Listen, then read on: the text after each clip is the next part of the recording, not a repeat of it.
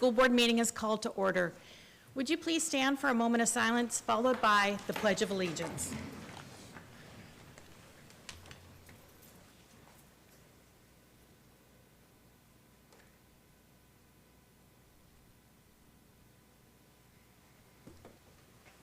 I pledge allegiance to the flag of the United States of America and to the republic for which it stands, one nation, under God, indivisible, with liberty and justice for all. Mrs. Garza, would you please call the roll? Yes, ma'am. Chair Seaberg, Here. Vice Chair Stevens, Here. Mrs. Williams, Here. Mr. Hollingsworth, Here. Mrs. Spall, Here. Mrs. Brooks, Here. Mrs. Brescia, Here. Ms. Blend, and Ms. Breeden. Here. Madam Chair, we have a quorum. Thank you. Dr. Newman, do we have any additions or deletions to the agenda tonight? No, ma'am. All right. Can I get an approval for the public meeting agenda? Chair, I move that the school board of the city of Manassas approve the public meeting agenda as presented. Second. I have a motion by Mr. Hollingsworth, second by Mrs. Brooks, that the school board of the city of Manassas approve the public meeting agenda as presented. Is there any discussion? All in favor? Aye. Any opposed? The motion carries 7-0. Moving along to superintendent's announcements and spotlights. Mrs. Radford, will you please present? With pleasure. Good evening. Thank you, Chair Seaberg. Good evening to other members of the board, and good evening to everyone that has joined us here tonight. I do have one spotlight that I would like to present to you tonight, and it is a very good one. Recently, Dr. Jen Chapman, principal of Osborne High School, announced that Emma Lindenfelser, a senior at Osborne, has been named a commended student in the 2025 National Merit Scholarship Program. Emma is here tonight, so I'm going to ask her to come forward.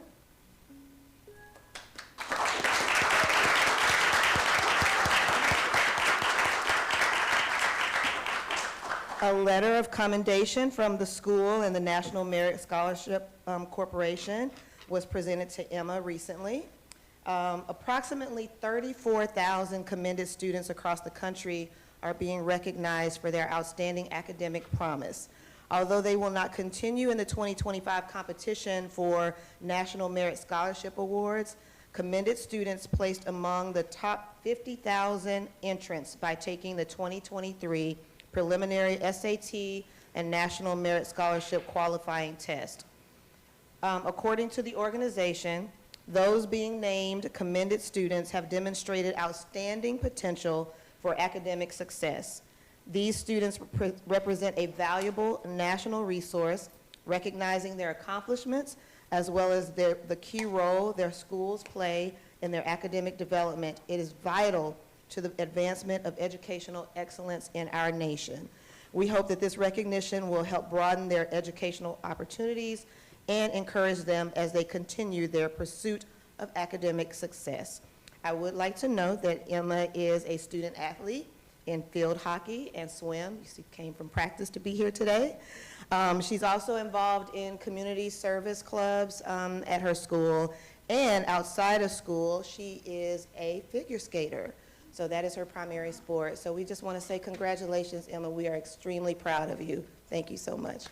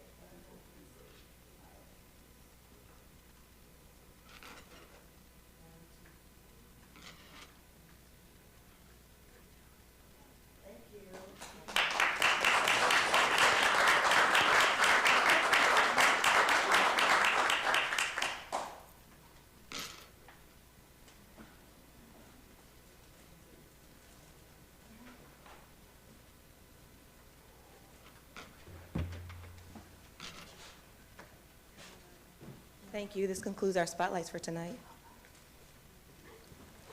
Thank you, Mrs. Radford. Okay. I can see it up here. All right, next up on our agenda is committee reports, and I believe we've only had one committee meeting. Mr. Hollingsworth, the Academics Committee meet? Yes, Chair. Thank you, Chair.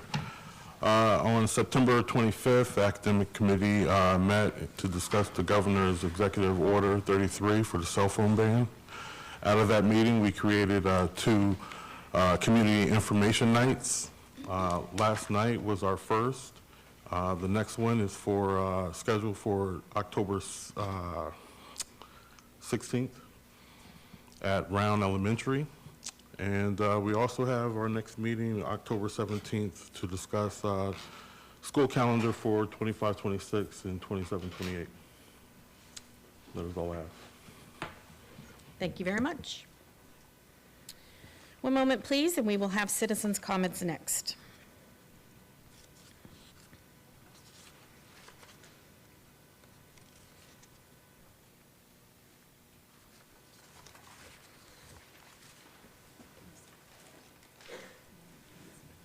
Our board docs is down, so we're trying to find an alternate way to get the information we need.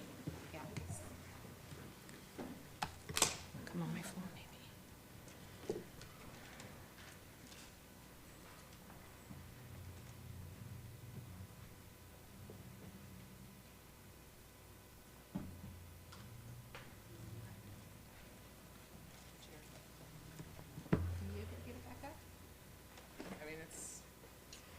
All right. Oh, it came back. At this time, we welcome citizens who wish to speak about services, policies, and affairs of the City of Manassas Public Schools. Because we have an agenda we need to complete, we ask that comments be limited to 3 minutes.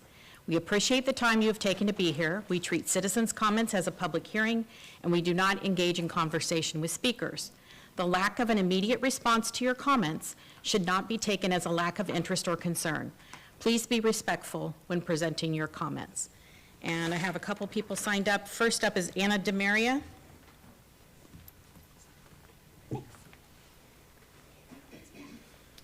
Good evening. Can you hear? This is my first time speaking with the new set. Okay.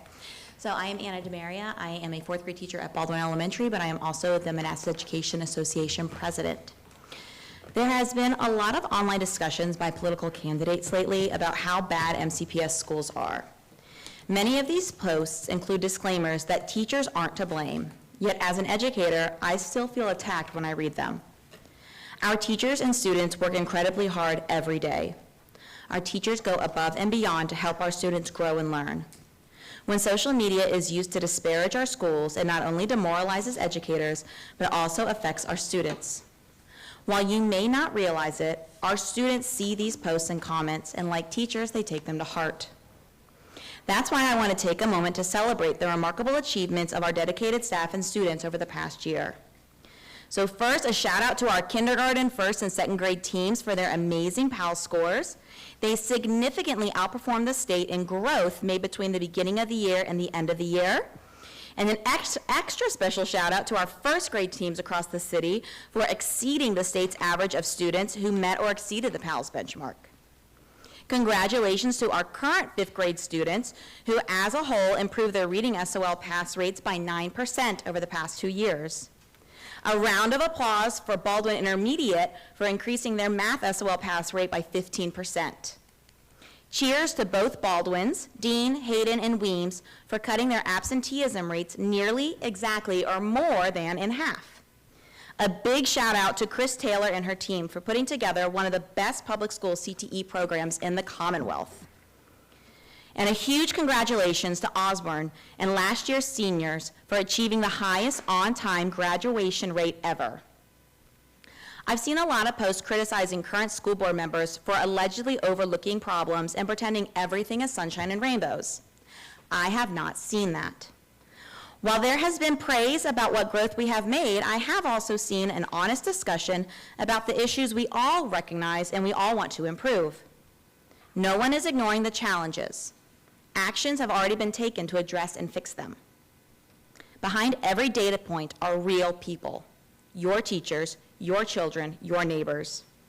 In our schools, we emphasize positive reinforcement because students don't thrive when they feel constantly criticized, and neither do educators. We need your support and encouragement, not to be diminished or used as political pawns. While working on addressing our challenges, we also need to remember to uplift our schools and our students and to celebrate our achievements. Thank you. Thank you.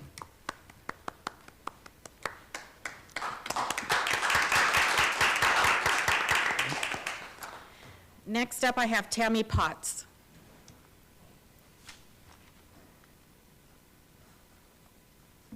Hi, everyone. I am speaking as the MEA Secretary and as an employee of Manassas City Public Schools. I actually want to talk a little bit about what it takes to become a graduate in the Commonwealth of Virginia, because there seems to be some misunderstanding.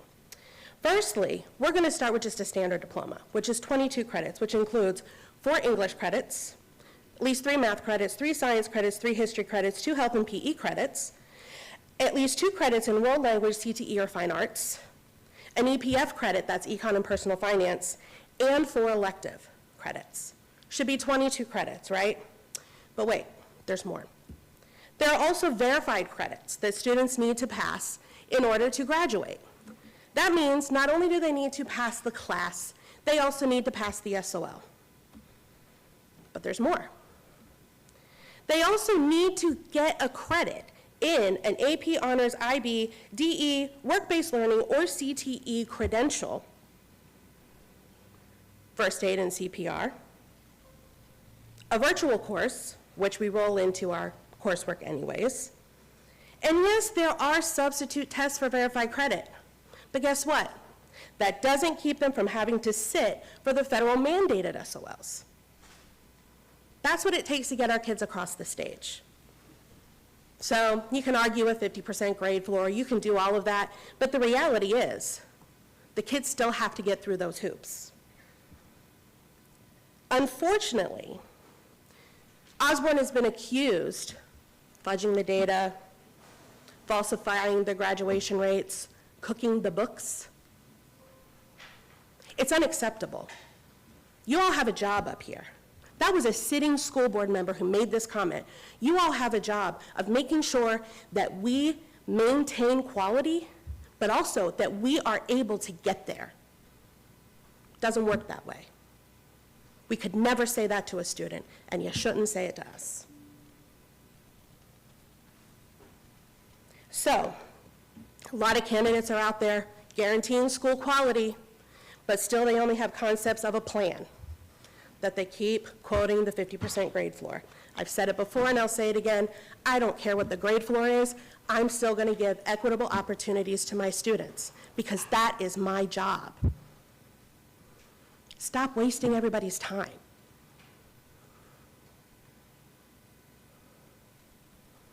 I personally tracked diploma records. We're not cooking the books. Every single kid who graduated that night and that following summer, hard won. Because I've been there, I've worked with them, I've remediated them, I know what they can do. Thank you, Mrs. Potts. I'm not sure if you reached the end of what you wanted to present, but I encourage you to email it to the I school think board. I've said enough. Thank you. Is there anyone else that wishes to speak? Anyone at all?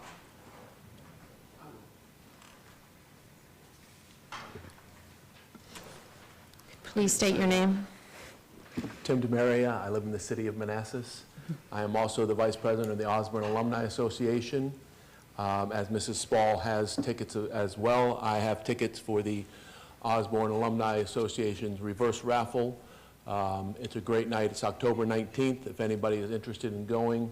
All of our profits go to scholarships for Osborne children, so I'm not going to take up a lot of your time, but go to the Osborne Alumni Facebook page or our website, or get in touch with me or Mrs. Spall or one of the other alumni and buy your tickets. October 19th, it's going to be a great, great time. Thank you. Thank you, Mr. DeMaria. Is there anyone else that wishes to speak? Okay, I will move along. Can I get a motion for the consent agenda? Chair, I move that the School Board of the City of Manassas approve the consent agenda as proposed. Second. I have a motion by Vice Chair Stevens, second by Mrs. Spall, that the School Board of the City of Manassas approve the consent agenda as presented. Is there any discussion? All in favor? Aye. Any Aye. opposed? The motion carries 7-0. Okay, moving along to our discussion agenda. First up, we have regarding accountability, Ms. Juliet Finnegan, principal of Metz Middle School, will provide an update on student performance at Metz Middle School, as well as strategies in place as part of the continuous improvement process. Mr. Gefeller. Good evening, Chair Seberg, Vice Chair Stevens, members of the board, and Dr. Newman.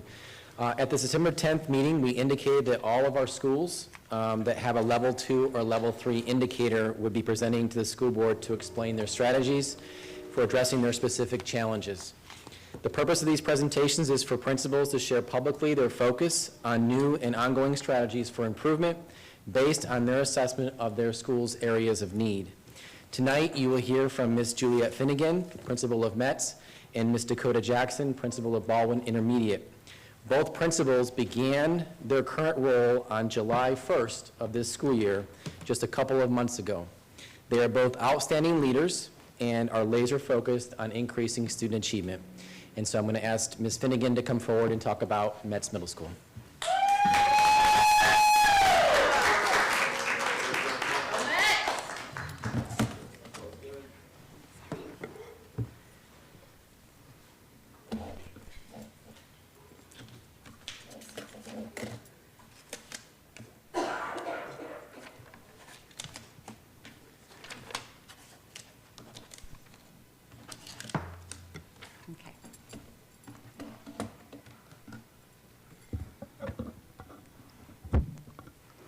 Good evening, Chair Seberg, Vice Chair Stevens, school board members, and Dr. Newman. I am Juliet Finnegan, principal of Metz Middle School, and I stand before you tonight filled with immense gratitude and pride for the incredible team I have the privilege to lead. As I reflect on the remarkable journey of the past 2 months, I am in awe of the qualities that set Metz apart. Our teachers and staff are the epitome of dedication and willingness. As Dr. Newman wisely shared during our August leadership retreat, it's one thing to be capable, but quite another thing to be willing. The Metz team does not embody this principle. They breathe life into it every day. Every student, every day, whatever it takes, is the heartbeat of our school. I see it in action constantly. Our teachers are providing active supervision between classes to ensure student safety. They build deep relationships and meaningful relationships with their students.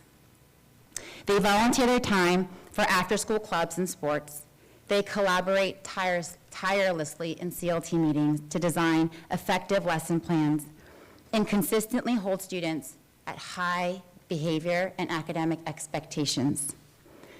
The commitment goes above and beyond, and I can say without a hesitation that there is no other school I'd rather learn from, lead, and serve alongside. I am often reminded of Michael Jr.'s powerful message, when you know your why, your what becomes more impactful because you're walking in and toward your purpose. This resonates deeply with what we're building at Metz, our why, success for every one of our students. This drives everything that we do, and it's the foundation for the strategies and practices I'll share with you tonight. This shared purpose is why you'll see consistency in our evidence-based instructional strategies across all 4 core subject areas. From small group instruction to station rotation for differentiated learning, from cooperative learning structures to our intentionally designed high-quality Tier 1 instruction.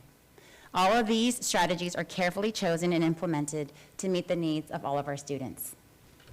We've also strengthened our sense of community through our grade-level teaming structure, or house system.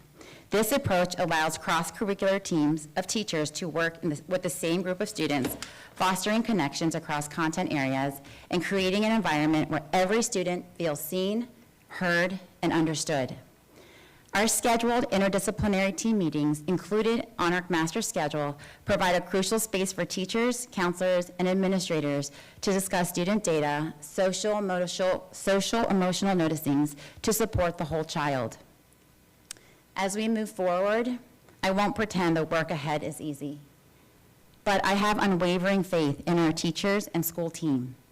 As we transition from theory to practice, I know that together we can accomplish anything. We are METS. I encourage us all to remember the what of instruction is only as powerful as the why behind it. The METS community knows its why, and we are fully committed to making that vision a reality as we define early and refine often. The dedication, passion, and skill of our teachers are the driving force behind our success. And I am so grateful for their commitment to our students and our community. METS Middle School is currently accredited with conditions by the Virginia Department of Education.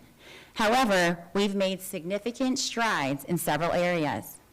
For the 2024 year, we're proud to report that we've achieved Level 1 status for chronic absenteeism, reflecting a reduction in the number of students considered chronically absent.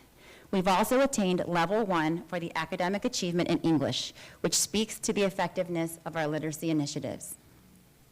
We recognize areas for growth as well. We currently have Level 2 indicators for achievement gaps in English and academic achievement in science. These areas, while showing improvement, require continued focus and targeted interventions. Our most pressing challenge is in mathematics, where we have Level 3 indicators for both academic achievement and academic achievement gaps. In the following slides, I'll outline our comprehensive instructional strategies designed to address these areas. They align with the MCPS strategic plan, Inclusive and Collaborative Learning Environment, of inclusive practices, a cycle that works, and instructional planning and delivery. You will see that we are implementing research-based practices to support all students. Based on my observation in meetings with staff, instructional facilitator, and my admin team, we have determined that this is the right path to move forward. Our approach is data-driven and responsive, allowing us to continually refine our methods based on student outcomes.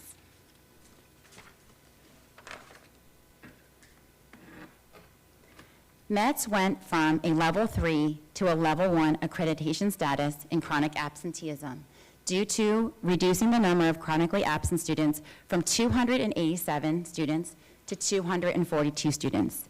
That is 26.28% to 22.39%. This is a 45 student decrease, or reducing the number of students that are chronically absent by greater than 10%. To continue the work to decrease chronic absenteeism, we've implemented a multifaceted approach centered on early intervention and consistent support. Our attendance team meets bi-weekly to review student data, identify attendance issues early, and implementing targeted interventions. We have found that these regular check-ins, combined with our consistent use of the MCPS attendance protocol, have significantly improved our ability to keep families informed and engaged of their child's attendance. We're also developing a program of incentives to celebrate positive attendance, reinforcing the importance of regular school attendance.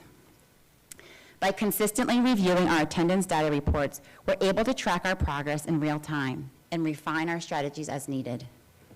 The evidence of our success is clear in our improved Level 1 status for chronic absenteeism. This work is a continuation of the work that was in place at METS Middle School. The focus this year is ensuring clarity around the process and consistency with implementation. For English achievement, METS increased its accreditation rate from 66% to 74%, keeping us Level 1 due to improvement. We hired a reading support teacher to support the work and planning, which is a change from last school year. In English, we are shifting to a workshop model that will move teaching and learning. Instead of relying on extended periods of whole group instruction, we will have 20 to 25 minutes of focused direct instruction on critical content and skills. This will be followed by station rotations where students engage in activities aligned with the standards.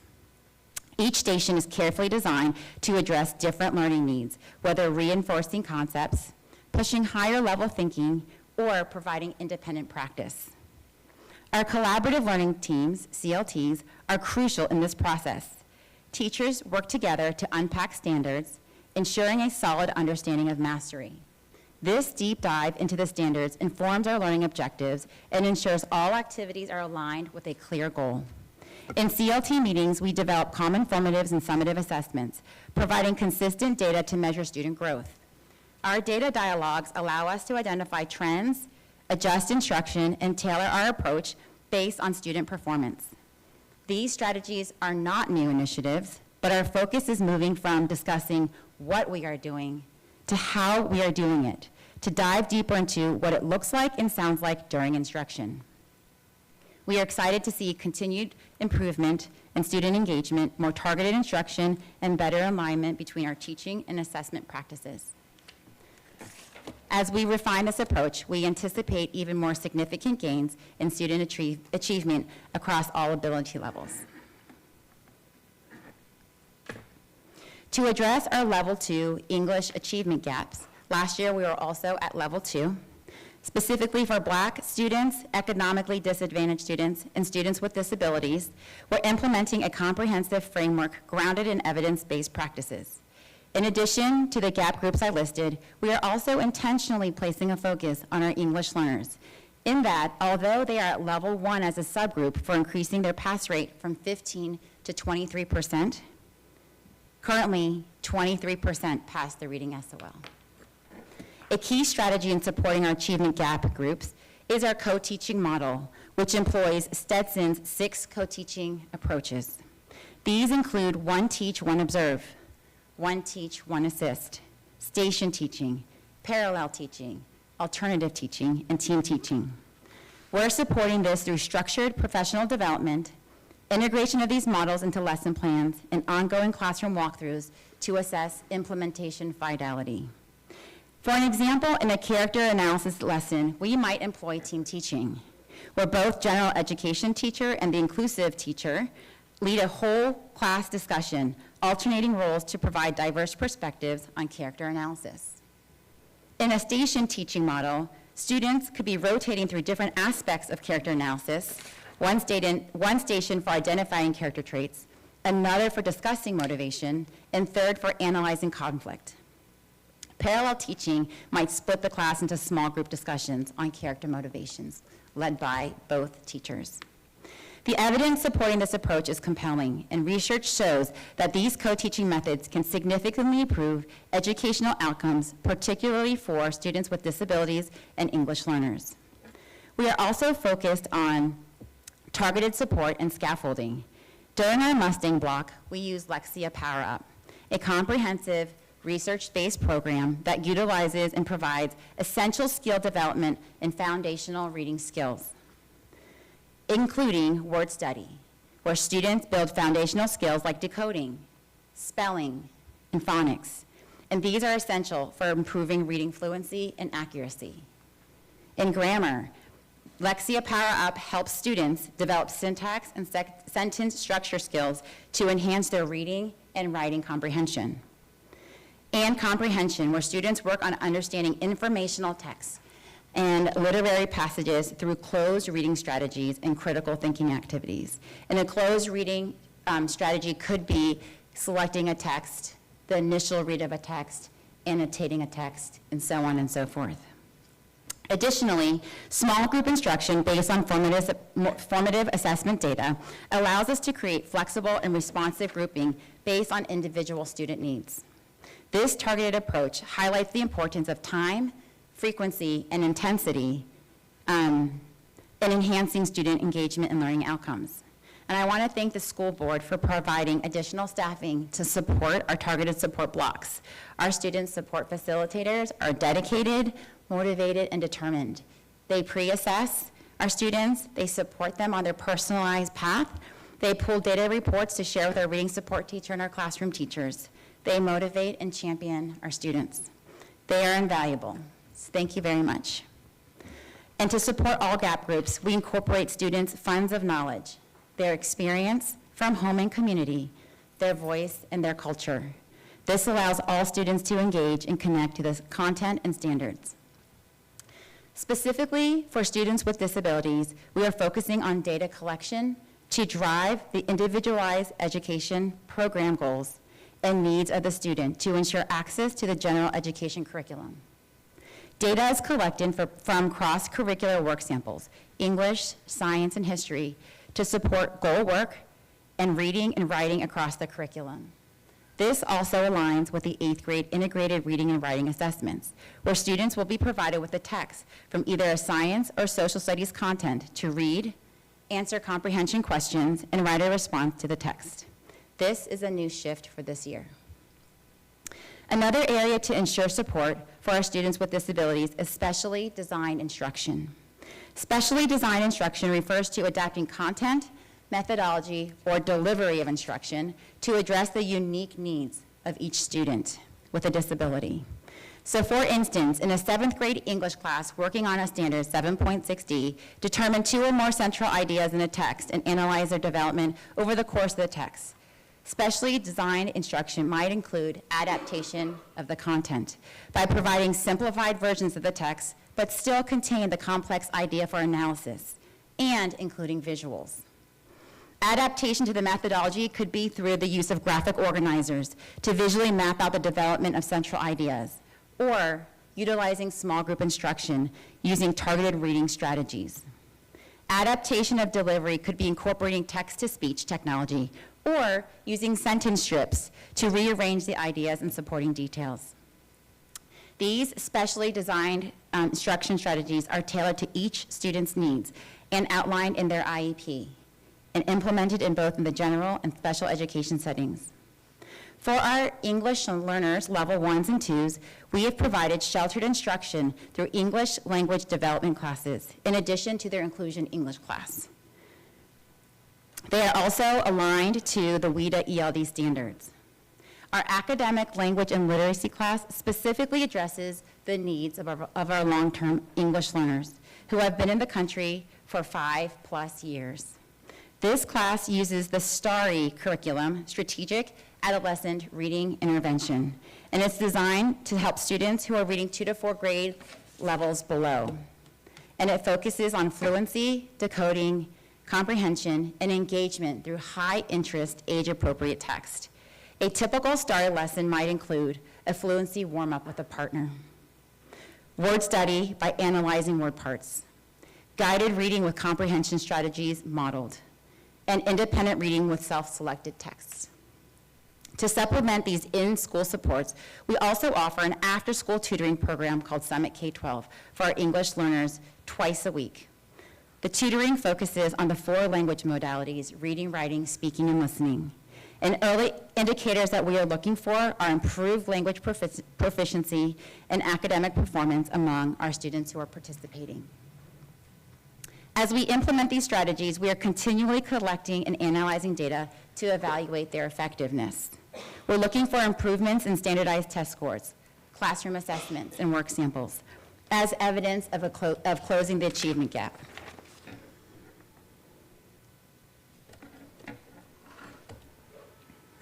Science achievement went from 42.86% level 3 to 54.13% level 2. To continue the gains in our science performance and address level 2 achievement, we're continuing to focus on 2 main strategies that were utilized last school year: backwards design for instructional planning and the implementation of claim, evidence, and reasoning framework.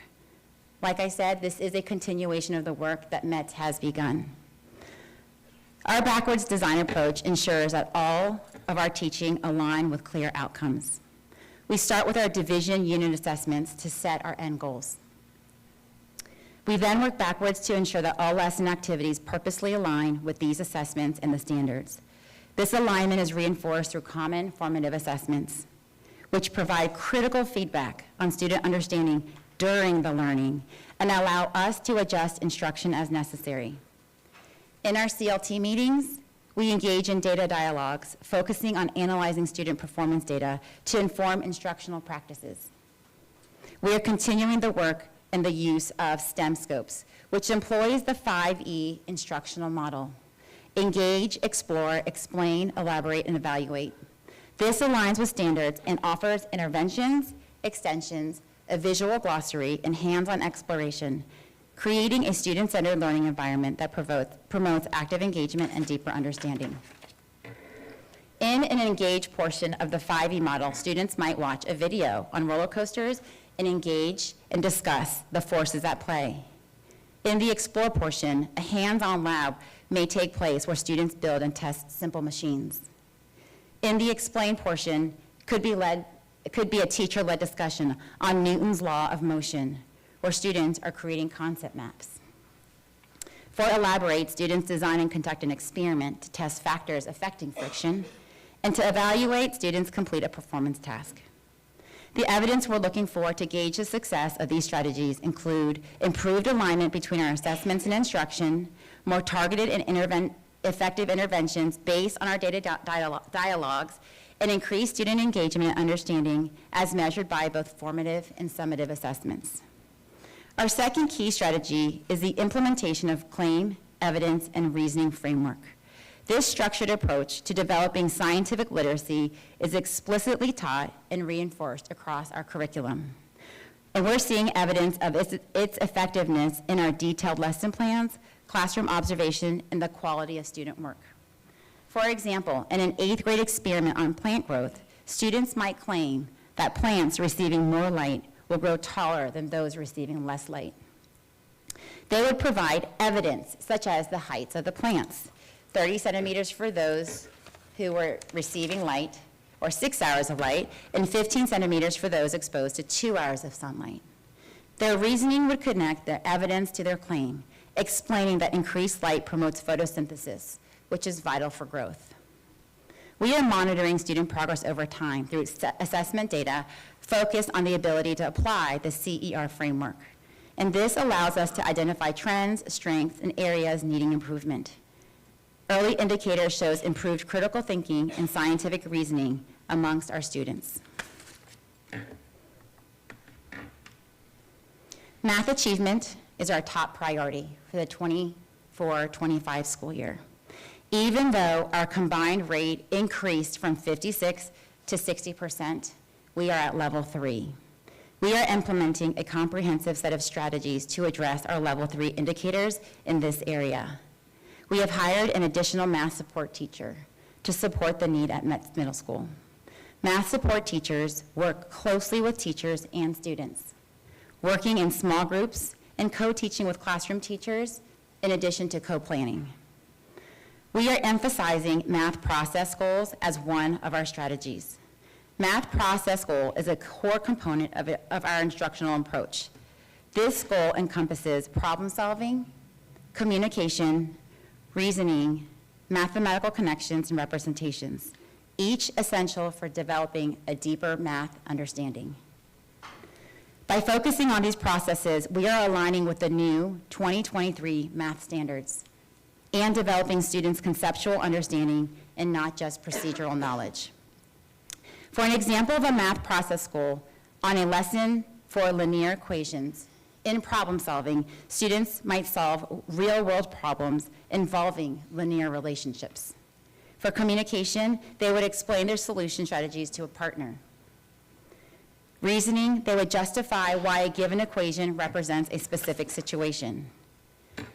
Through connections, students would link linear equations to a graphical representation. And for the representation portion, students would represent the same linear relationship in multiple ways, to equations, tables, and graphs. Our second strategy is us restructuring our math block to incorporate differentiation and station teaching. During a 90-minute block, students will rotate through several stations. These include small group instruction with immediate teacher feedback, solving math puzzles through technology platforms focusing on conceptual learning, and engaging in math tasks such as low floor, high ceiling problems. These tasks particularly are effective as they allow for multiple entry points for our students. They also accommodate students at different levels while challenging everyone to think deeply about math concepts. Another strategy, we are going to support our collaborative learning and academic discourse through utilizing collaborative learning structures. And we're going to use it based on the function of the learning. For example, we might use the collaborative learning structure quiz, trade, and that's to assess student knowledge. We might use Rally Coach to practice math procedures. These structures encourage students to use their academic vocabulary, learn from their peers, and develop a deeper understanding of the math concepts. As mentioned with English, we are also offering the Tier 2 Targeted Support Mustang Block for math as well. This provides individualized instructional plans based on pre-assessment data, allowing us to tailor support to each student's specific needs. We're using online platforms such as Zearn, STMath, and MathSpace to enhance spatial, temporal understanding and encourage students to justify their answers while exploring various solutions or pathways to their solutions. The evidence we're looking for to gauge the success of these strategies include improved performance on formative and summative assessments, increased student engagement in math classes, more confident use of mathematical vocabulary and reasoning in class discussions, and ultimately improving scores on standardized tests. And we are closely monitoring these indicators. While this slide focuses on math achievement gap groups, with 4 groups at level 3, the additional strategies will support all groups regardless of the gap group they fall in. A key approach that we are using here is the concrete, representational, and abstract, CRA method. This method builds a strong foundation for students by helping them move from understanding concepts in a concrete way and applying them abstractly. We start with manipulatives, allowing students to physically engage with mathematical concepts. From there, we progress to pictorial representations and finally to abstract symbols and equations. Both our general and inclusive educators are planning lessons that intentionally include the CRA steps, ensuring that students build a robust conceptual framework before tackling abstract problems.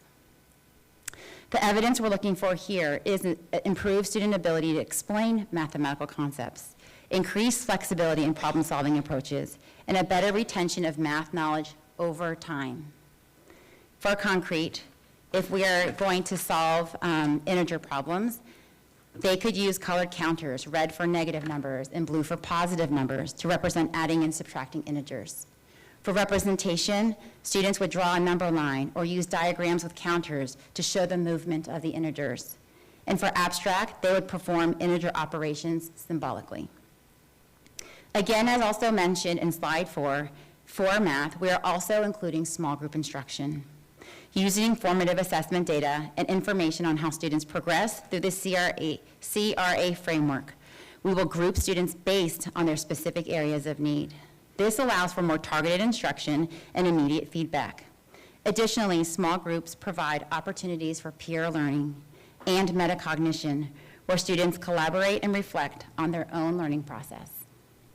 The evidence we're tracking here for the effectiveness of small group instruction includes student engagement, an increase in academic results on both classroom and standardized assessment, and supporting social skills that also support collaborative problem solving.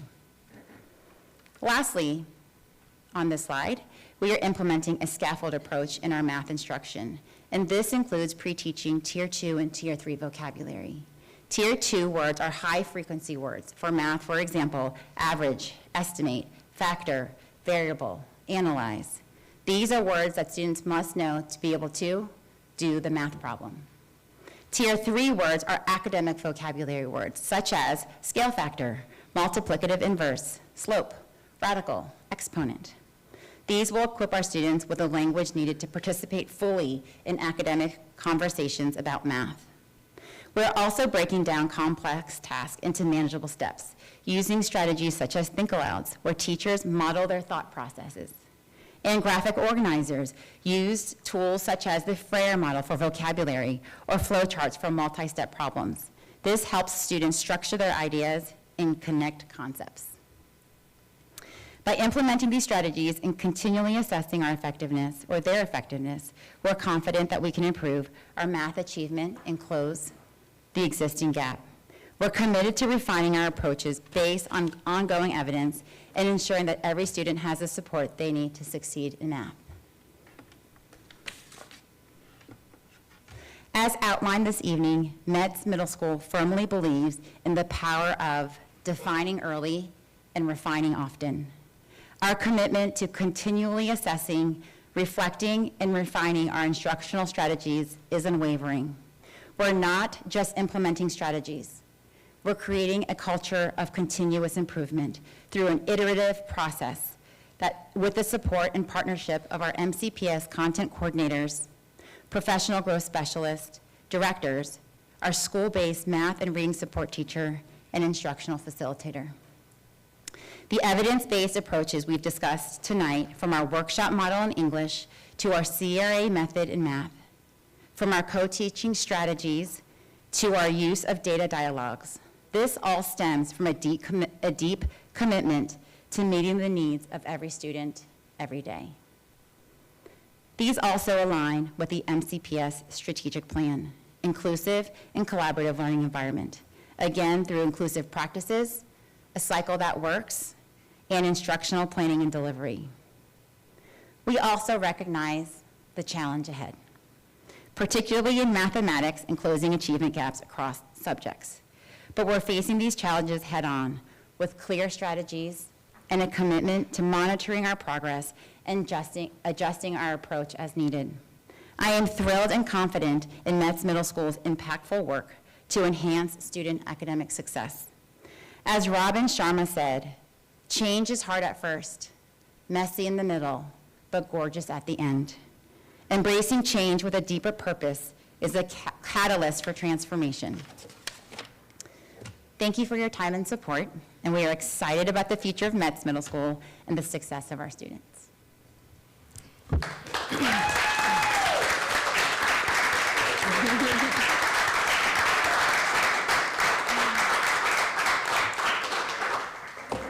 Thank you, Ms. Finnegan. And at this time, we'll ask the board for any comments or questions. I'm looking to my right. Thank you. Thank you, Ms. Finnegan, for the effort and passion that you are pouring in to keep that, stay the path and keep that upward energy at Metz Middle School. I really like how you've implemented the houses because, making a sense of community and belonging in individual groups and then giving them their why to the what is really what's most important to get them engaged, is to make them feel like they own it and that they belong there. So thank you. Yes, thanks. Oh, sorry. Thank you, Mrs. Brooks. Mrs. Williams, your comments. Thank you very much for that extremely well-detailed presentation. I'm going to have to watch that again to get it all, but I really do appreciate it. And what really resonated with me was refining early and refining often.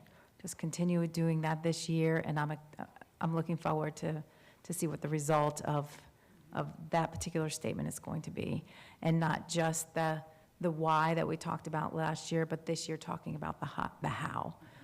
So thank you very much for that very detailed presentation. I appreciate it. Thank you. Thank you. To my left, Mrs. Breja. Thank you for the detailed presentation. So I actually have two sets of questions. The first one is for you, and the second one is for my fellow members up here.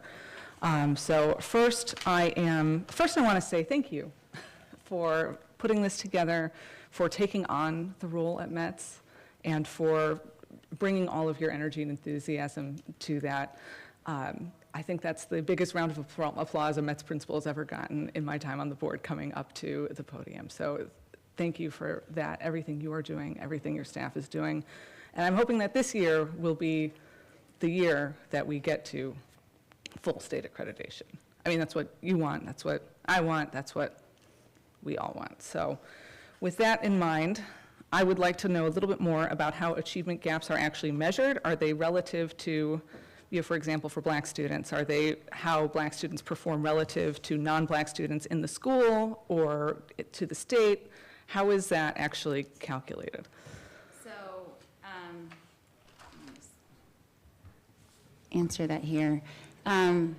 So each group is expected to meet the same target as the total population. Of the school? So Or of groups the are state? not compared against the target, but they're not compared against one another, but they're compared against the target population. Okay. And who is the target population? So that would also be the result of how the state is performing. Okay, that's a, relative to the, it's a state measure. Okay. And how do we, in our era of free lunches, everybody could get a free lunch. So it is my understanding that we have stopped registering new students for free and reduced lunches. So how are we, thank you, identifying which students count in our economically disadvantaged? Okay, so that is a great question, because it's a little trickier now, right? So you used to have families submit applications, right, for free and reduced price meals. Because of our commitment to all of that, there's various ways we identify students. Students, once they've been identified, have remained that way. Also, any student receiving, who's eligible for Medicaid, for example, is automatically included in disadvantaged status. Plus, our families who work with our government and social service agencies, there's a direct certification that happens behind the scenes that, so the state students and families participating in these programs that are triggered by economics help that classification. This information is highly guarded and highly protected because of the sensitive nature of it, and so, but it is something that is reported as a group because it's required by the federal government. But like literally only the principal, and in the past it was the cafeteria manager, but now we don't even need that, have access to that at the individual student level. So then you can see it. Like Juliet can share it at the group level, it's published at the group level, but no one's walking in and seeing that Johnny is flagged as economically disadvantaged, but it comes from a variety of sources. Does that answer your question? Yes, it does. I knew how we got basically our division number, but I wasn't sure for how these achievement gaps, how those were calculated, so that is that was useful, thank you.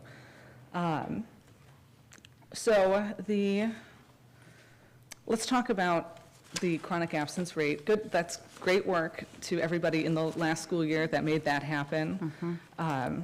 So it is, absenteeism is a tricky thing. So many circumstances happen outside the school building, but it does look like, it is nice to see efforts pay off. So good for that. But so there was 10% improvement, so that brings us to level 1. So are we able to stay, if we're 22% again next year, now do we lose a level? Do we go back to 2? So the idea is we have to keep improving to maintain that level 1. Okay. Well, I know that that's the plan anyway, but I wanted to know what to expect from a board perspective.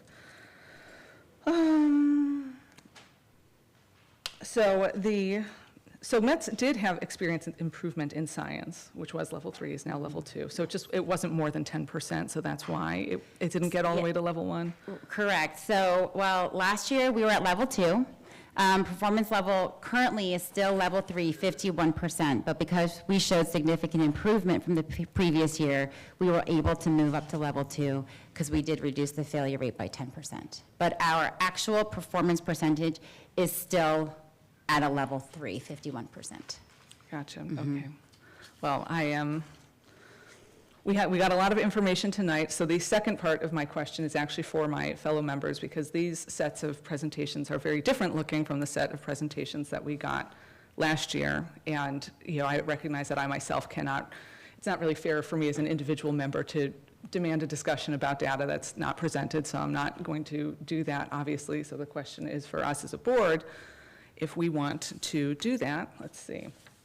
So I printed out last year's version of this, which included discussion of the SOL pass rates, accreditation indicators, challenges facing the school, efforts to address the various challenges, all broken out in a way that we're more typically used to seeing, in alignment with our strategic plan. Here's the inclusive and collaborative learning environment slide and all that other kind of stuff. And what I feel like this is a good part of a discussion. I like to hear the strategies for moving forward, but I don't feel like we have a very good grounding of what exactly it is that we are trying to address without having seen the SOL scores that we got when this presentation happened last year. And I'm good to hear that it sounds like we made a good decision as a board, sending those instructional facilitators over to METS to assist with your targeted support. I'm glad that those are working out. I get worried that without having this full picture, that we don't have that good decision-making capability going forward. So it is within our power of as a board to ask to see that. So I'm wondering what my other members think. Thank you for your question, Ms. Regia. When I went back to our September 10th regular school board meeting, when we had the strategic plan update, it looks like, from a quick glance at it, and I would have to do a deeper dive, it looks like we've got a lot of that information in that presentation. Are you wanting something specifically broken down per school? Are you wanting a deeper dive than what was presented on September 10th? Well, the September 10th presentation was on September 10th, and it focused on the division. It did not focus on the school. So I actually have a copy of that September 10th presentation here. Okay.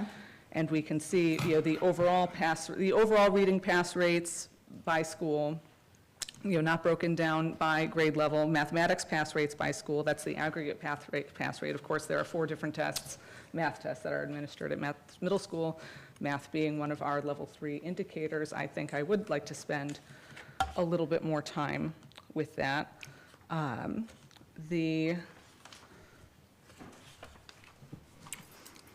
more just information about about the challenges that were faced last year and this year. I mean, this is not without its precedent.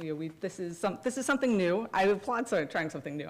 There's nothing wrong with trying something new, and especially since we did not give a 4-person or more signal as to what exactly it was that we wanted. I mean, I'm not dinging anybody here. I'm trying to see if my fellow board members found a more detailed presentation with a deeper discussion of the test scores useful, and I think we did. And if we want to do that again, or if we are satisfied with keeping it this way. I think it's a discussion we could have. I don't think it's a discussion to make a decision on here tonight, but that would be a discussion that would maybe occur during a work session. If we want moving forward to have more detailed information on these presentations, where we can sit down and talk about what it is exactly we would like. But I would like to see that more in a work session type setting, where we each have a time to go back and look at last year's presentations and compare them to this year's presentations and say, what did we like about last year that we would still like to see? What did we have last year that we don't feel we need to see this year? So sorry, I'm eating a cough drop. If I sound kind of funny, the air is very dry in this building. And that is something that I think we could sit down and discuss and look at what we would like, what we feel is important, what we feel is not necessary. I would support a work session if other people are supportive of that. Chair, I would support a work session. Pardon me? I would support a work session. Okay. All right, that's fine. We don't need to vote on that. No. We can do that at a work session. And I did have one more question for you. I'm sorry, I forgot. I got a lot of paper up here. So METS has developed a grading policy, and I do have some concerns about how in accordance with the grading policy, obviously, we passed over the summer. The grading policy that we passed over the summer gave formative minor assessments no more than 40% of the grade, major assessments or assignments, minor assessments or assignments no more than 40%, no more than 60% of the grade. I was a little surprised to see that formative assessments were getting counted for 0% of the grade. And I was wondering how that fit into, I'm having a kind of a, I'm wondering how this is fitting in, especially to math being our at level 3. Math requires a lot of formative work to get there. I think most grading policies that I briefly consulted over the past weekend have a 10% cap on homework and formative work in most math classes. So I was wondering how we got to this this, formative work counts for 0 towards a student's grade. So the METS grading policy is within the Manassas City Schools It is, yes, it grading is. policy. And just to clarify what major assessments are, they're unit assessments or larger assessments that cover multiple standards. Those are our major assessments. Our minor assessments could be a quiz. It could be an independent activity done in class where kids know they're going to be doing it for a grade at that time. Because it's going to be graded for accuracy. When I'm talking about formative assessments, or if you're reading any articles on formative versus summative, formative assessments inform instruction. It informs the teacher of where the kids are, where the students are at that moment with content knowledge. So for example, if they're beginning a unit on one-step equation, at the end of that block, they could give an exit ticket. And it could ask one assessment prompt question to gauge where they are with their understanding of the one-step equation or the learning that happened that day. That is to inform the teacher of where the students are based off of that whole block. They had planned a whole lesson hoping that the kids are gonna, learn the information and the process and the concepts on, during that block. But after they're receiving that exit ticket, they're realizing, wow, 40% of the kids do not get this. They couldn't answer this one piece about whatever the exit ticket question might be. That informs them to go back and reassess to figure out, what do I need to do tomorrow or the next time I see this group, instead of just continuing with the plan that was already set out. Because if we keep doing that, we're going to widen this gap. Oh, I'm totally for a responsive approach where you're So that's what taking formative the- assessments are. They could be a question. It could be a little writing, quick write at the end of class. Right. It could be a thumbs up, thumbs down during the middle of class just to gauge where kids are. Those are formative assessments that are not counted. But we're not saying kids are not practicing in class, kids aren't working together in groups, collaborative. All of those things take place. And kids are recognized and celebrated for the work that they do. But those things are not for grading. Okay, well, my concern with that is just, a lot of students famously, if there's nothing in it for them, they're not giving their best effort to it. So that's why I was wondering, are we setting, is the formative, having it count for not towards the grade at all, is it the most responsive? But it is sounding like that these are really like your thumbs up or thumbs down in class, or just answering a question, is that I did have something a little bit different in mind. So I'm glad that I gave you the opportunity to clear that up, because that was my interpretation. I was misunderstanding when I read that piece of paper, and I know other people had that misunderstanding when people have shown me that piece of paper and asked me, so this is what this is for, right? So we can all talk about that and figure that out. So I am excited to see what next year brings us. Thank you, Ms. Finnegan. Thank you. Mrs. Spall, did you have a question for Ms. Finnegan? Yes. Hi, thank you for your presentation. It's much appreciated. I think that in general, there's a bit of a rally cry out in the public about, what Manassas City Public Schools is doing about their failing schools. And I thought that this was a great example about how complex our needed change is. And it's a great example of how difficult it is to explain in a Facebook post, what we're doing to help the kids.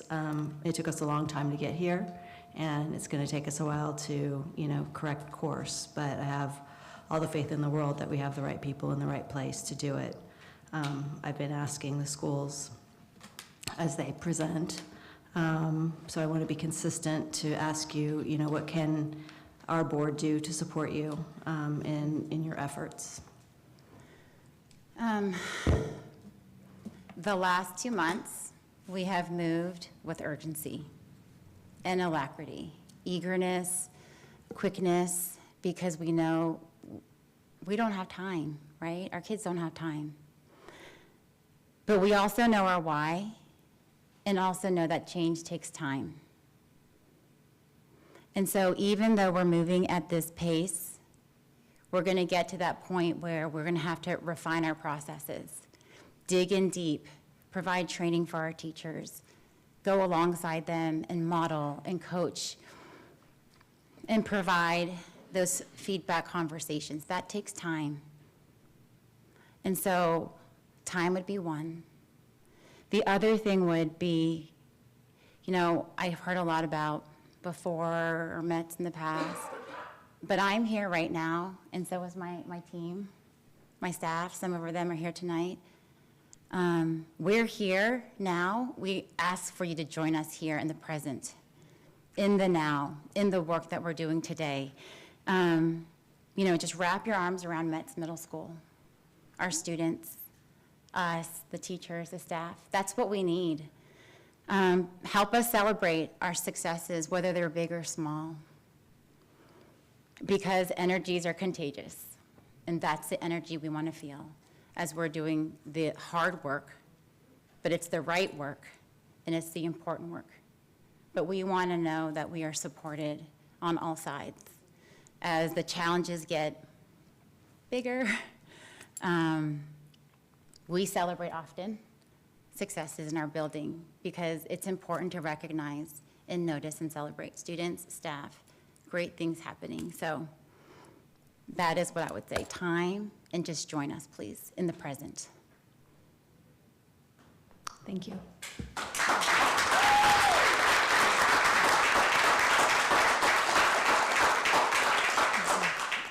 Vice Chair Stevens. Thank you. Hi, Ms. Finnegan. You know middle school holds a very dear, close place in my heart. It's my favorite place to be. They're my favorite humans. I have two children who went through METS Middle School. I have a third child who's about to go through METS Middle School. And while I have those mom nerves, I am excited. And in hearing your presentation tonight, you really have a solid plan for addressing deficit areas within the building, within instruction. And I think it's great to hear, and I really appreciate the hard work that you're doing, because it takes a lot of your time to put this together and monitor and make sure everybody's on the right page and moving forward, but also for everyone else at METS. It's hard work. And it's especially hard work when you got those kiddos who are in that state of flux where their brains are going 90 different directions all at the same time. So it's a challenge, but it's a wonderful challenge, and I appreciate the work you're doing. I did want to talk for a minute about grading and summative versus formative. In grade book, is there an expected minimum number of quality grades that should go into grade book? And that's following the Manassas City Public Schools grading policy, where for our major summatives, there needs to be at minimum 2. And that is dependent on the core content, because the way standards and the curriculum is broken up is different from math than it is for, let's say, English. So those grade books would look different. But yes, at minimum 2 for the major. Okay. And then, because this is always a big question, formatives are not weighted. So formatives, the students are still expected to participate in them, complete them, turn them in. When a student takes a summative and they would like to retake the summative, if they have not completed formatives that lead up to the summative, is there any expectation that they go back and redo the formatives prior to? Honestly, I don't know when a student wouldn't complete a formative. Okay. If they were absent, they would make it up. You know, they would get the instruction in the lesson, and they would do the formative. The expectation is the students are going to do the work that's provided and expected of them in class. So I don't see when a student would have a choice of saying, I'm not going to do the formative. Okay. If they say it, we'd have a conversation about that, for sure. But it's an expectation. Okay. So that's not an issue that we would be encountering? Okay. All right. Thank you on that. And believe it or not, I did have another question. All of the initiatives that you're putting into place this year, those are all supported by our new math and reading standards and the Virginia Literacy Act, correct? So those are all completely in line with them and supported? All of the work that we're doing, well, the strategies that I shared tonight are the evidence-based instructional strategies that have proven and shown that lead to student achievement. And yes, we have the new 2023 math standards that we are using to unpack the standards and to write our lesson plans and create our activities from. Okay. Well, great. And like I said, thank you for all the work you're doing and the effort that's being put out. And know that your board supports you and everyone else over at METS and everything that you all are doing. So thank you. Thank you very much. Thank you, Ms. Finnegan. I have no further questions. And when you go back tomorrow, please thank your staff for us. Absolutely. Your whole team. They're amazing. Yep. Thank you so much.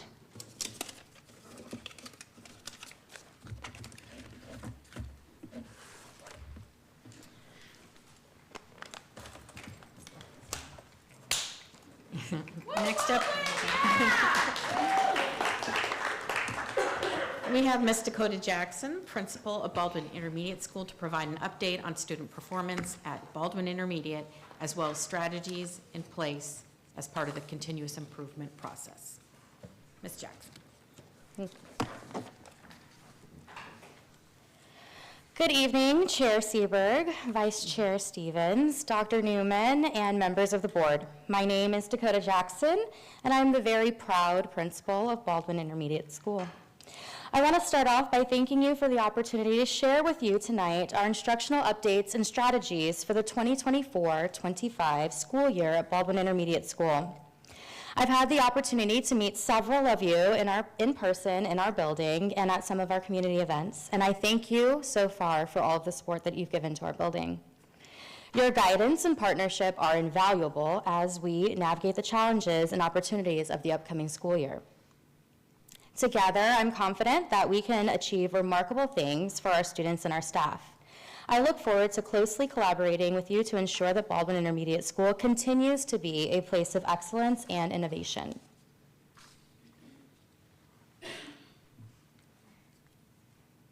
I'm so bad at these. Okay. For the 24-25 school year, Baldwin Intermediate is fully accredited by the VDOE. Some highlights of academic success indicators include the following. We are performing at or above the state standard in all indicators above in the slide, with exception of science, including meeting the state level 1 indicator in our performance of our subgroups in English and mathematics. For 2024, combined accreditation rate is 77% in English. In English, all but 2 subgroups are performing at or well above the state level 1 indicator, with ELs performing 5% higher than the state indicator. For level data, it's noted that 5th grade experienced a small decline in their overall pass rate between 23 and 24, but 6th grade increased by 8%. As a cohort, 59% of our students in 5th grade passed in 23, and as they moved to 6th grade, 58% passed. That is a 1% decline. Our combined accreditation rate in mathematics is 81%. In math, all but 1 subgroup are performing at or well above the state level 1 indicator. Students who are economically disadvantaged in our ELs are 8 and 15% above the state indicator, respectively. Special education is at 62%. While this is 8% below the state level indicator, please note that students with disabilities increased by 12% in mathematics from the 23 school year to the last school year. For grade level data, 5th grade students experienced a 27% increase from 23 to 24. 6th grade students experienced a 5% decrease, but those 6th graders who took the test for 7th grade passed at a rate of 89% overall. That would be our pre-algebra 1 students. 33% of students in grade 5 passed in 23-24 in math, compared to those same students who saw a success rate of 52% in Math 6 last year and 89% in pre-algebra.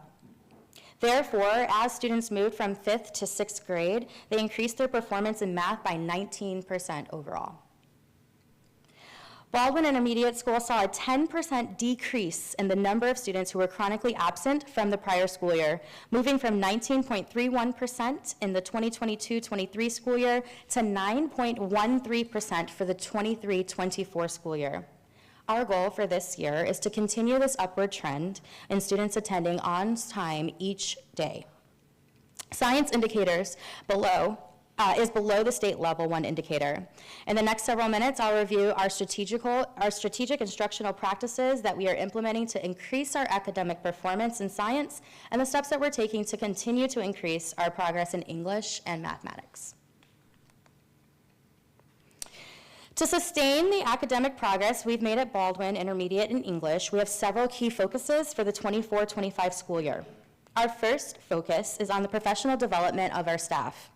At this point, 100% of our teachers have been trained in Lexia, which focuses on the science of reading in grades K through 8. This aligns with our implementation of Benchmark Advance, a core literacy program as required by law through the Virginia Literacy Act. We've implemented the team teaching model for the 24-25 school year, in which we are utilizing the professional knowledge, talents, and skills of our staff to maximize instructional outcomes in the classroom. We are also implementing a CLT intensive protocol at Baldwin this year. This will consist of 3 full-day sessions in the fall, winter, and spring, where we will offer in-house professional development and planning sessions to our teachers in the areas where our teams have the greatest needs. For the fall, our focus is on unpacking the new standards, math and English, and that will allow us to, aligning our common assessments to those standards. This will allow us to have a greater focus on necessary scaffolds for students to access the curriculum and differentiation strategies for our students who may have varying learning needs in the classroom. Lastly, we're focused on the effective implementation of CLTs to include all components of a cycle that works, including really diving deep into our common assessments, our data-driven conversations, and ownership of the CLT roles. To continue progress in addressing achievement gaps in English, we'll be implementing high-dosage tutoring for our Level 1 and 2 ESOL students with our Summit K-12, which mirrors the WIDA access test and includes 5 licenses for parents to use at home to increase literacy in English for their family members. During Balto Block, our targeted intervention support block, we've identified and are implementing strategic intervention plans that will address academic supports for students individually by name and need. All English classrooms this year have high-quality, specialized instruction to include both ESOL support and special education support, every single one. For our students who are in need of Tier 2 support, we will begin implementing after-school boot camps to increase academic achievement. With the support of our transportation department, we now have support to provide transportation home to students who stay after school from Monday through Thursday, which is 4 days a week, up from only 2 days a week last year. To sustain the academic progress we've made at Baldwin in math, we have several key focuses for the 24-25 school year. As mentioned, we are implementing the team teaching model in our master schedule in an effort to utilize our staff in the areas of which they are instructionally strongest. We've shifted our focus from the strategic course placement of students. This means ensuring that our students are properly identified in the areas of regular and advanced mathematics. Our goal is to increase the number of students over time who are able to perform in pre-algebra in 6th grade. And this also includes gifted and talented identification as well. We'll continue to expand our math support nights to help our families understand the strategies used in math instruction. We're implementing the CLT intensive protocol in math as well for the fall, the winter, and the spring. And we're also going to continue to focus on the effective implementation of a cycle that works through our CLT processes. For Balto Block, we're engaged in targeted intervention using ST Math, as you've heard from some other schools, and Zern. In addition, our math support teacher is already providing small group instruction and addressing specific standards identified in assessments that are being given for intervention and reteaching opportunities for our students. We're also utilizing our ITTS to increase accessibility to the curriculum for all of our students through the use of technology. As with English, we will also offer after-school boot camps to our students that are in need of that Tier 2 support. In regards to chronic absenteeism, Baldwin Intermediate saw a 10% decrease in the number of students who were chronically absent from 2023 to now. And to sustain this progress, we're going to continue to decrease the number of students who are chronically absent. Our key area of focus are as follows. Biweekly meetings with the attendance team to include our MTSS team. At the end of September, we are just over 3.5% chronically absent. We're absolutely on target for that goal of decreasing the number of students that were chronically absent from last year to half this year. Our goal for the 2024 school year is to be under 5% chronically absent.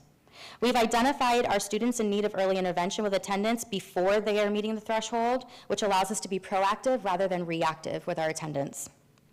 We're also going to continue our PEP nights for parent education. They're taking place on Mondays. You are all invited to join.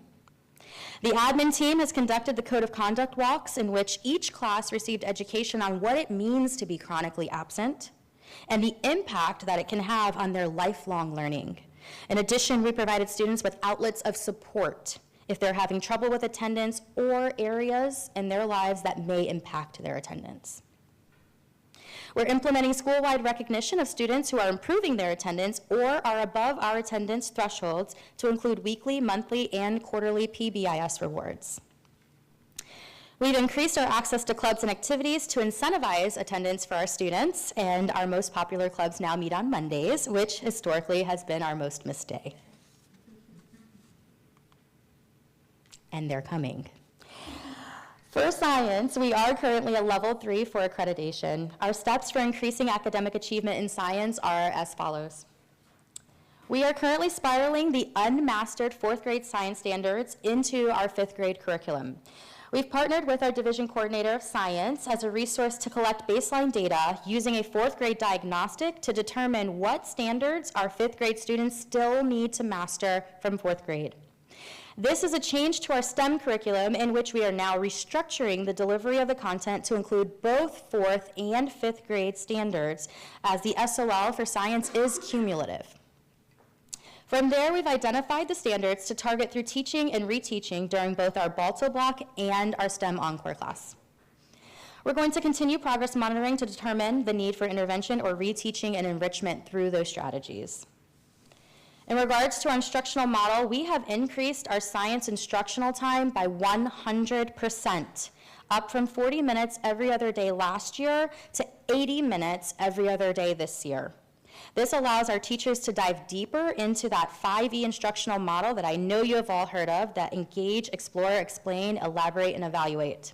We know that the SOLs require that our students explain, elaborate, and evaluate, so we're implementing the CLT intensive protocol in science as well to provide professional development to our teachers in the last 3 E's of the 5E cycle, which we know is critical to their success in understanding not only the what, but the why of their science experiments. This, paired with the close following of our STEM SCOTS curriculum and implementation of our cooperative learning structures, will maximize the effect of our science instruction each and every single day. As with English and math, we will offer our after-school boot camps in science for our students in need of Tier 2 support. As of this year, 100% of our students are enrolled in STEM, where they will receive instruction in those spiraled 4th grade standards and continue to expand on the concepts taught in the 5th grade science classes.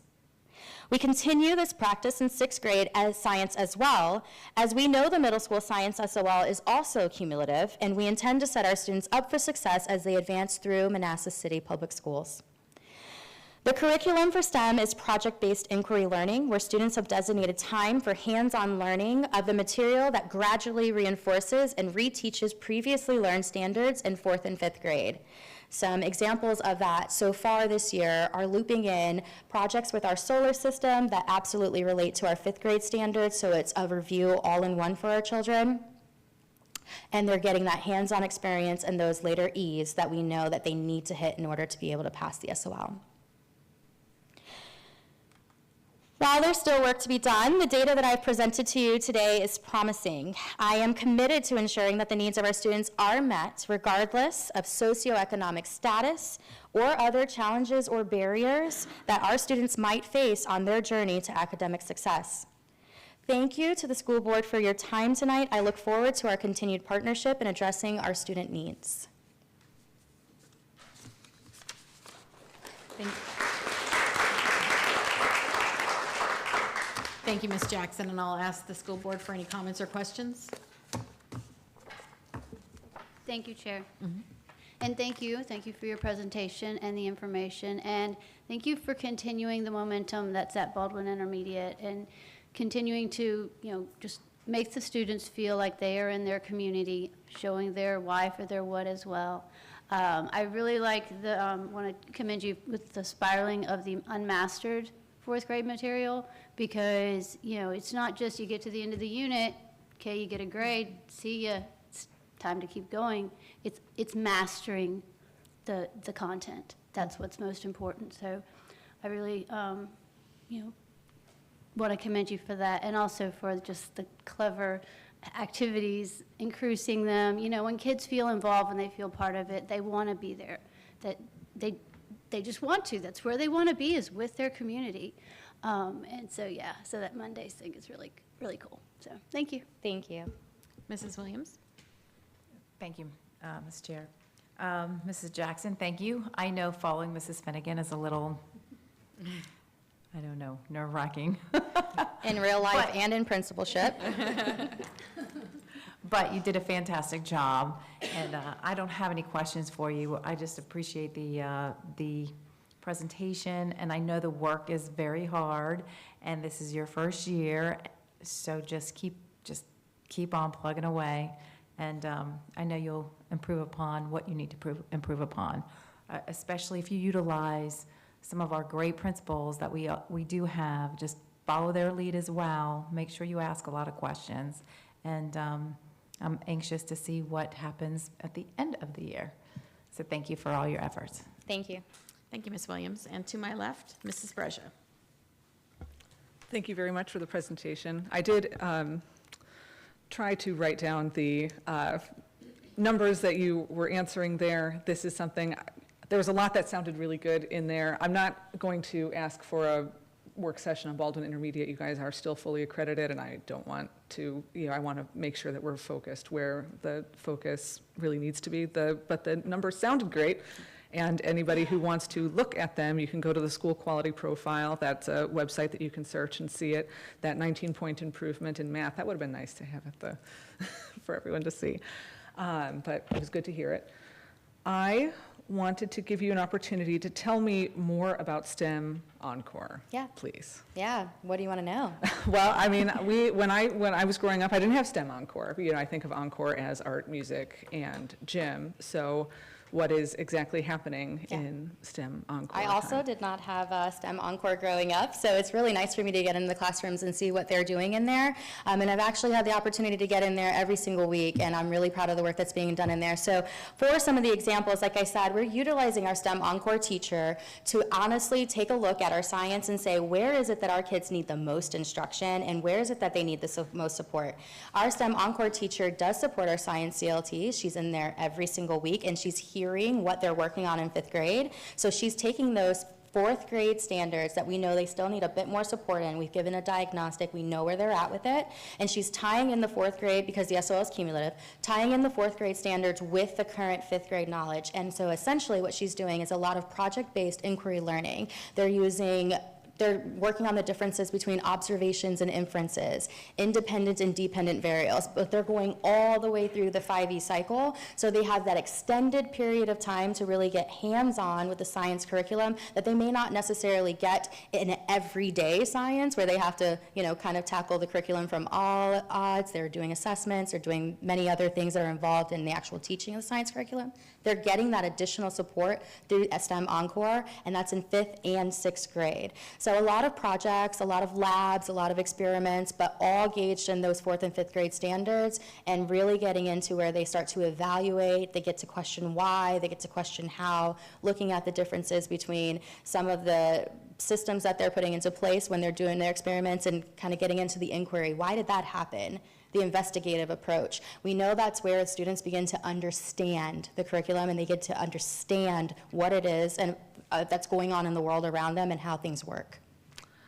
Thank you for that. Absolutely. So the elementary schools, they have their Encore, so that's where I'm familiar. That's where my life cycle is. They have 2 days of gym for Encore, art, music, and library. So which one is, so do Baldwin Intermediate kids only have 1 day of One day of gym. They have gym. 1 day of PE. They have 2 days of music, and our students get to pick between choir, band, and orchestra. And then they have a day of STEM, and they have art as well. And then we also spiral in library through a rotation. So library is rotated in, they don't Rotated have it every in. single week? Mhm. Okay, all Yep. right. So Those are the extent of my questions. Thank you for coming forward. Thank you. Welcome to MCPS. Thank you. This is your first time at the podium, It is. right? Yes, Okay. thank you. So I appreciate welcome. it. And that's all from me. Thank you, Mrs. Brescia. Mrs. Spall? Yes. Hi, Ms. Jackson. I want to thank you for reporting tonight. I want to stress again, for anyone who hasn't been paying attention, how damaging and frustrating the misinformation and intentional disinformation about our schools is. And, our struggle to define our situation and our successes is great. You have a phrase, we have a phrase that I've heard you use a lot in our private conversations that's music to my ears. And so I'd just like to ask you, kind of cap things off tonight to explain to anyone who's watching what we mean when we say that we're addressing students by name and by need. Yeah, absolutely. So you heard me talk a little bit about our targeted support block tonight. That's what we call our Balto block to our students. And essentially what we have developed for this school year is a plan for our teachers when we're having those data-driven conversations and we're diving deep into, here's the assessment, I've just given it, how did our students perform? We're not just talking about overall. That does us no good. 98% tells me nothing. It doesn't tell me anything in relation to the 2% that didn't quite make it, right? There's still students that need support. It's a great number, but it's not all. We're trying to get to the all, and in order to do that, we have to define by name and by need what it is that we have to do for our children to make it to all, to make it to 100%. And so for us, during our targeted support block, we come up with a plan weekly where we say, how did our data look last week? What do our common summatives look like, our major or minor assessments? Where are we in relation to where we need to be by the end of the year in regards to this set of standards that we just taught?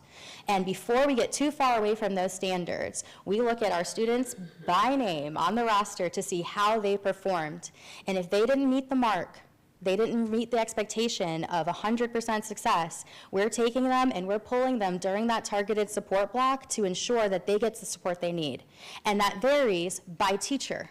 So we may have a teacher on the 5th grade wing that's working with a set of students on one standard. We may have a teacher right next door working with a different set of students on a different standard, and we mix them up. So if you didn't get it from the first teacher the first time, there's a teacher right next door that's going to try and get it the second time. And so we're really trying to be creative in our strategies to make sure that we are absolutely meeting our students where they are. And some students learn differently with different people with different standards. And so by name, by need, we're identifying that to make sure that by the end of the school year, 100% of our students are able to cross the line. And just to clarify, I want to make sure I understood correctly. This is for remediation, but it's also for acceleration if that's necessary. Absolutely. Yeah, if there's not a need for remediation or intervention, we are also looking at enrichment opportunities because we do recognize that some of our kids are getting it and some of our kids will continue to get it. What can we do to continue to inspire them to learn more? Great. I think that's just amazing, and I love that phraseology. The other question that I have, you can pick, what can our board do to support you? I thought maybe a new twist is knowing all that you shared that's important tonight, which do you feel might have the biggest impact on student achievement? Of the strategies that I just shared? Yeah. Originally, I would have said chronic absenteeism, reducing that rate because we know that students aren't going to learn if they're not in the classroom. That is already being done. We're doing that work. So the next thing that I think is very important for my building specifically is the professional development work that we have to do. We do have a new set of math standards that are still in progress. We do have Benchmark Advance with the new Virginia Literacy Act that was just passed. It is foreign to our teachers. They are learning it day by day at this point. And so I echo what Ms. Finnegan said. Time is very important at this point. It's actually urgent that we take the time that's necessary to slow it down. I would rather my teachers get 80% of the standards 100% well, but we would like it to be 100%. Right? And that takes time. And so for right now, what I need in my building is time with my teachers to really make sure that they're getting well into the professional development that they need, that they understand the standards, that they know the differences in the standards from last year to this year, what we need to expect from our students, the growth that we need to make. That takes time with a new staff. Thank you. Thank you very much. Vice Chair Stevens. getting used to these new things. Thank you for your presentation. It really sounds like some great things are happening at Baldwin and things are moving in the right direction. It was a wonderful presentation. I really appreciate it. I just have one quick question. Can you describe your after-school boot camp? Like, who is it for? When does it occur? How are students identified? And then who is providing instruction during boot camp? Sure, yeah, we just received the beginning of our transportation processes, actually on the 1st of October, this first week of October, and so we are just beginning. We started with our clubs and activities. Our plan in the next 2 or so weeks is to be able to roll out our after-school boot camps. We're still working on finalizing the details of that right now in the building, but essentially we have a rotation of teachers that will be staying after school in their content areas, and we'll identify the students that are in need of support from the assessments that have been happening, or just overall generalized support. It could be somebody that was out of school for a week and missed all of the instruction and may need a little bit more help coming back in, getting caught up. We do see that happen at times, and so it's really open to anyone, but our target is our middle of the line students. We have Balto Block and several other strategies in place for our students that are at that level 3. We're using Lexia, we're using the ST Math and Zern. We have those things with a really solid plan in place. I worry about the students in the middle who could continue to gain, or we could see, stay stagnant and then not make the progress that we'd like for them to make by the end of the year. That's our target for the after-school boot camps. A lot of enrichment and making sure, but I don't want that to be confused with something like our Summit K-12, where we'll have those students staying after for our level 1 and 2 ESOL support. So we really have this like multi-tiered support system for our students that are going to be staying after on various days, but for the boot camp specifically, that's going to be for our tier 2 students that are not necessarily reaching levels of enrichment, not quite failing, but near. We don't want to miss the mark with them either. Okay, so we're really looking out for all of our students. Absolutely. So we've got that Balto Block where we're working enrichment, additional support, intervention after school. We've got a targeted group for our 1s and 2s ELs, and then we've got the after-school boot camp for our kids who are kind of a little bit maybe in that bubble area. Yeah, and something simple as missing some school, like a day here or there, could maybe prompt them into not being so close to enrichment. We want to make sure that they don't fall further into the categories that we're trying to keep them from. That's great. So thank you for all the work you're doing. We look forward to hearing updates as the year progresses. Thank you. Thank you, Ms. Jackson. Excellent presentation, and we will join you soon for another activity. Thank you. Thank you so much.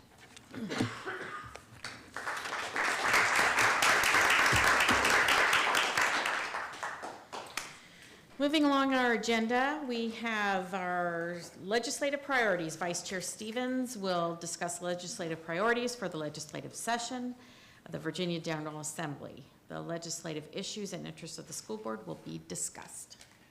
Thank you. Thank you. Every year we have legislative priorities that we develop to present to the General Assembly for our delegate and for our state senator. And we periodically go through them, update them, make changes, make tweaks, make edits. This year we decided to do a slightly larger overhaul of our legislative priorities. Not necessarily fully in what the body of the priorities are, but in the layout of the priorities. Initially, our legislative priorities consisted of a pamphlet that was several pages long. We narrowed it down, we were able to shave a few pages off, but then we realized that what we call a 2-pager, front and back of 1 page, would be much more digestible for our legislators, quicker and easier to read, digest, use, take back to Richmond with them. So we also felt that it would be important that our legislative priorities, the layout, be in line with our strategic plan and show how our priorities align with our strategic plan. So through the work of Dr. Casada, who worked very quickly and diligently, she was able to revamp how our legislative priorities look. So there are 2 pages. They are still composed of student academic success. I have to scroll down my screen. Student academic success, inclusive and collaborative learning environment, culture of caring, quality workforce, strong family and community partnerships, and aligned foundational supports. We did remove a few things. I just wanted to share what we removed because they really weren't quite as applicable. and I'm actually looking through the old priorities. So increase options for elementary education endorsement. We removed that as a legislative priority, not because it's no longer important. We have several strategies and several different things we do to increase that education endorsement, but we also felt that right now we have to work on the overall pipeline, the teacher pipeline. That's where the issue is. It's not just elementary education, it's all levels of education. We removed at this time, we shortened the legislative priority to shorten the required break in service for the Virginia retirement system, VRS retirees, to return to critical shortage positions. Right now, just about every position in teaching is at a critical shortage stage. We also removed the improve and strengthen Virginia school support staff pipeline. We kept all of the other items. We just moved them around a little bit, changed the wording a little bit as well. Another thing we have started to do that wasn't done in the past is we had the mid-year legislative breakfast over the summer, because just having a legislative breakfast in November didn't provide our legislators enough time to work with us to see our legislative priorities realized and talked about down in the General Assembly in January. But what we also decided to do was have regular meetings with our legislators, with our state senator and our delegate, prior to the start of the legislative session, because it's important that we have the chance to speak with them face to face and have conversations on how they can support us in seeing our legislative priorities come to fruition. So we have met with Senator Rome and with Delegate Maldonado. We did last week, 2 weeks ago with Senator Rome, shortly before that with Delegate Maldonado. We're planning to have additional meetings with each one of them prior to the legislative breakfast in November and prior to the start of the legislative session. So we can talk about what's important to our school division and how legislation, bills that are in the process of being developed, how they can support our schools and our school division and our educators in the school division. So, any questions? That was a very abbreviated explanation, but any questions? This is still a draft, right? This is still a draft. So this is the draft. We will be voting on it when we have our next meeting, when it will be on the consent agenda. Yes. So it's a piece of feedback. Yep. That we can consider. So I know why the Aligned Foundation, first of all, I really like this, and Member Spall, I think I detect your influence in its composition. And I know that why Aligned Foundational Supports is at the bottom, is that it's because it's at the bottom of our strategic plan image, but it's also, the JLARC study seems to be maybe the easiest piece of advocacy that we can make. You know, it's kind of a top-line piece of, like, the Joint Legislative Committee has recommended itself that this needs to change. So that's my only hesitation, is like, I would like maybe to see that at the top instead of the bottom, but So- I understand why it is the way it is. It's Right. not a big deal to. So JLARC studies, in fact, I did speak to Senator Rome when I met with her. JLARC studies are often requested. They're not always granted. But unfortunately, one of the downsides to JLARC studies is just because we have a JLARC study doesn't mean the General Assembly does anything. And a JLARC study is only good when it's followed. I mean, I don't disagree. I don't disagree at all. But JLARC studies don't require action on the part of the General Assembly. And so sometimes that is a bit of a challenging thing. But yes, JLARC studies are a nice thing. We are, in talking to Senator Rome, asking about a JLARC study to look at the new accountability system, because there are many pieces of it that are unknown, especially that funding piece. What kind of unknown expenses, what kind of unknown funding requirements will there be, and how will those be funded? That's an important piece, and we have asked that a JLARC study be commissioned to look at that. Okay. I mean, it was just a thought. We can keep it at the bottom, because I like the way that we have organized it. I'd like to say also that, we've added a lot of funding language to the other pillars. And so, it's difficult to say what thing's going to take precedence over. But to me, I think that's a marked change from before. And Yes. so we're proud that we're talking about funding in this manner. And because everything we want to do and need to do has a dollar sign affixed to it, and it is such a vital piece, and we always have to keep in the back of our heads that the state only funds 66% of what it takes to teach our children. So funding is always something that's at the forefront of our minds when we talk about education. And when we met as a policy committee, we had a very robust discussion about where things would move in this document. And can we remove this? No, we need this. Can we remove this? No, we need this. And in reality, we could have put funding under every single subheading.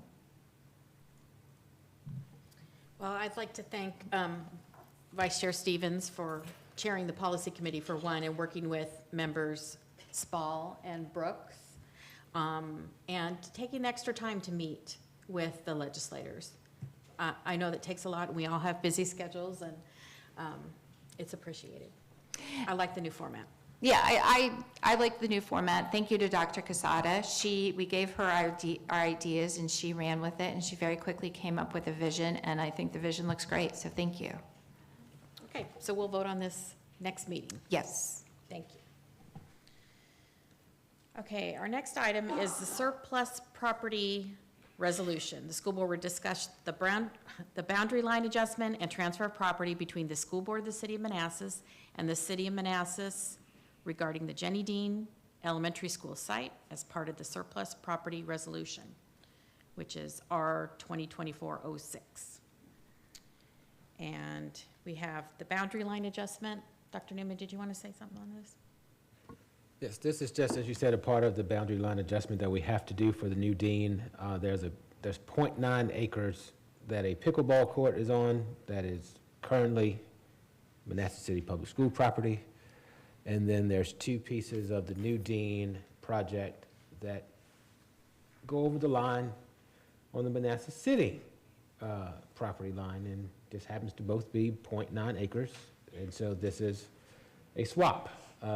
We have to do a resolution based on our attorney's advice, and if you have watched the meetings for the city council, they have a different process that they have to go through that involves 2 public hearings to give us their 0.9 acres. So this is just a part of the process that is moving the new dean project along.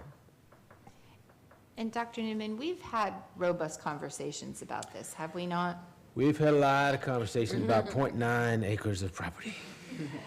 So this has been discussed in depth. So if there's no discussion up here, it's been discussed.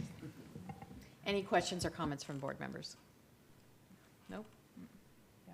Nope. Okay. We'll vote on that next meeting. Now we're at board members' comments. And I will go first to our student representative, Ms. Breeden. Good evening. I hope everybody is doing well. I just want to say I was happy to hear about Mrs. Finnegan's realistic outlook for the future of Metz Middle School.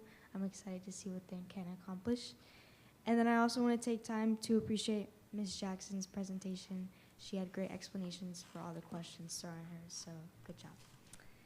And then I also want to applaud Dr. Chapman for the initiative she's been taking at Osborne to face some of the problems we have also been trying to tackle, so thank you for that. And then I also want to include that Osborne is having a home game on Thursday, October the 10th, and the theme is green/camo out, so if you guys could come and support, we'd greatly appreciate it. It's against Unity Reed, so I think they've been calling it the Battle of Manassas. And then I also want to recognize that on October 2nd, which was last Wednesday, was National Custodian Day. And even though I think we should appreciate the custodians every day, I hope they were especially remembered last Wednesday, and I hope we can reward those in the future who work behind the scenes to keep our schools clean appropriately for their hard job. And that's all I have for tonight. Thank you. Thank you, Ms. Breeden. Mrs. Brooks, you're up. Thank you, Chair. I want to just remind everyone tonight that we're a community, okay? We need to work together. We need to promote our community and not tear it down and not tear our people down, our schools.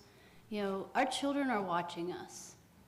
And if we're showing them that we're divided, then we're not teaching them how to be citizens in this community, this country, or this world. So please just remember that positive is because we want to make our children able to learn and understand not to be negative and not to be mean and bullies. Because when you're negative, you breed a bully. Thank you. Especially poignant because it's October, Anti-Bullying Month. Thank you, Mrs. Brooks.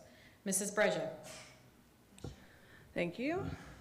So I'm happy that the board has decided to move forward to take a deeper dive into METS in a work session. I don't know why this is so loud. Okay, I was extra loud, okay. I think this is what METS needs and will empower us as board members to make good decisions in our budget process and in our policies to help support METS and make sure that we get to the goal that everybody shares for them. I really liked Ms. Finnegan's closing remarks. METS needs our attention and care, and I look forward to doing that in our discussion to come.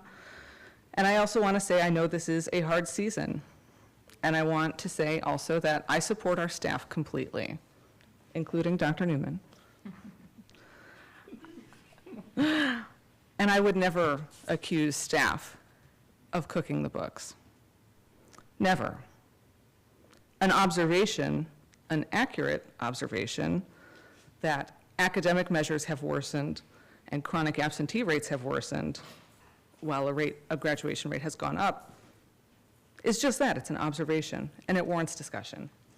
Our strategic plan includes goals for an increased graduation rate and improved student achievement, not a graduation rate and then student achievement when we get around to it. We have to do both of those things. And that is at our level. It goes to the support and guidance that we are giving. So I really hope that this clears that up. Of course, our staff works hard and with integrity every single day. And I don't want anyone to think that I myself, who has 20 years of future with Manassas City Public Schools, would undercut anything at the staff level. My critiques are here at this level. And I hope that we can understand the difference there. I would also like to close with just a general reminder. When we all become board members, we all sign an operating protocol, one of which is operating protocol number 5, which prohibits the use of our position for political or partisan gain. And I just ask that we all refrain from using this space to advocate for candidates. This space is the work of the school division, and that is what I remain focused on at all times. Of course, citizens, you can say whatever you'd like. You have your free speech rights. I'm always eager to hear from our citizens who come to our citizens' comments. This is, again, a reminder for us at our level. Thank you, everyone. Mrs. Spall? Okay, in no particular order here, I want to congratulate Emma Linden-Felser once again on her achievement. I want to let people know that the bid meeting for new dean is complete and bids are due mid-month, this month. I'm confident the communications audit is moving along in its process. The Aviation Academy has a board meeting again this October. I have an October 19th alumni event that I'd like to echo from earlier tonight. There's a contest for snow day videos that I'm encouraging all students at all levels to participate. Those submissions are due 11/15. I wanted to talk about last night, Lieutenant Marcus Hyde came and told us about his role of lead trainer for active violence in the Department of Criminal Justice Services for schools and the workplace. That lieutenant is a alumni. He's a parent of our school. He has children in our schools, and he is also the husband of a teacher in our school. He told us that our collaboration with our police department is lauded statewide in his travels. And he gave a rousing speech last evening for our community cell phone forum that was impressive and, you know, showed how competent we are in the training that we provide. And, you know, I don't know if we videotaped that, but when we do round, it might be a good idea to have people see that talk, because he did a really good job, and he instilled a lot of confidence in what is a scary subject of, you know, keeping phones out of kids' hands during the school day. I guess I'll close by saying that our goal as a school board is to ensure that our schools are places where every child can thrive, no matter their background. Our children are our world and our future, and this sentiment is more than a motto. It's the process of learning through doing, and it cannot be overstated that our children's success is our success. Creating opportunity takes our whole community, and when our students succeed, we all succeed. Thank you. Thank you, Mrs. Spall. Mr. Hollingsworth? Thank you, Chair. I just want to congratulate Emma once again for her scholarship. It's been fun. That's all I have, Chair. Thank you. Mrs. Williams? A man of many words. Well, I also have to congratulate Emma. I mean, she is truly, when you talk about a student athlete, she truly is a student athlete. So congratulations again. And I concur with Miss Breeden. Mrs. Jackson, welcome. That was a great first presentation to us. And Ms. Flanagan, we are looking forward to this school year to see all the fantastic things you guys are going to do as you implement the things that you have been working on and continuing to do. And it's my understanding from what I believe Dr. Newman told me this, when you do implement so many new things, especially the state has implemented a lot of new things, it takes 6 years. Did you tell me 6 years? But the years, but yes. It takes a lot of time, so I appreciate that you emphasized that you need time, and we need to give you time and some grace as well. Ms. Chapman, Ms. Breeden mentioned the things that Ms. Chapman's doing in Osborne High School, and I've heard from a teacher there that she's really implementing some tough things. So I'm hoping those work as well, and I'm looking forward to her presentation to us. And tonight, that's all I've got, so thank you. Thank you, Mrs. Williams. Vice Chair Stevens. Thank you. Just wanted to talk about two special observances this month. The first one is National Hispanic Heritage Month, which is a month-long celebration of Hispanic and Latino history and culture. Hispanic Heritage Month doesn't start on the first of the month, it starts on September 15th, and that's purposeful. Hispanic Heritage Month starts on September 15th because it celebrates the anniversary of the independence of several Hispanic countries: Costa Rica, El Salvador, Guatemala, Honduras, and Nicaragua. Just a few quick facts. Spanish is the second most commonly spoken language in the United States, right behind English. There are 21 different Hispanic countries on the continents of South America, North America, Europe, and Africa. As we close out Hispanic Heritage Month, because it is ending October 15th, take the time to explore, learn about the heritage around us. If you want to take a day trip, you can go to the National Museum of the American Latino in DC. As it is with all Smithsonian museums, it is free. Immerse yourself in culture, learn something new. I also wanted to share that this month is called Dyslexia Awareness Month. October 8th is the last day of Dyslexia Awareness Week, and I wanted to share a definition of dyslexia for you as we celebrate the month. This is from the International Dyslexia Association. Dyslexia is a specific learning disability that is neurological in origin. It is characterized by difficulties with accurate and/or fluent word recognition and by poor spelling and decoding abilities.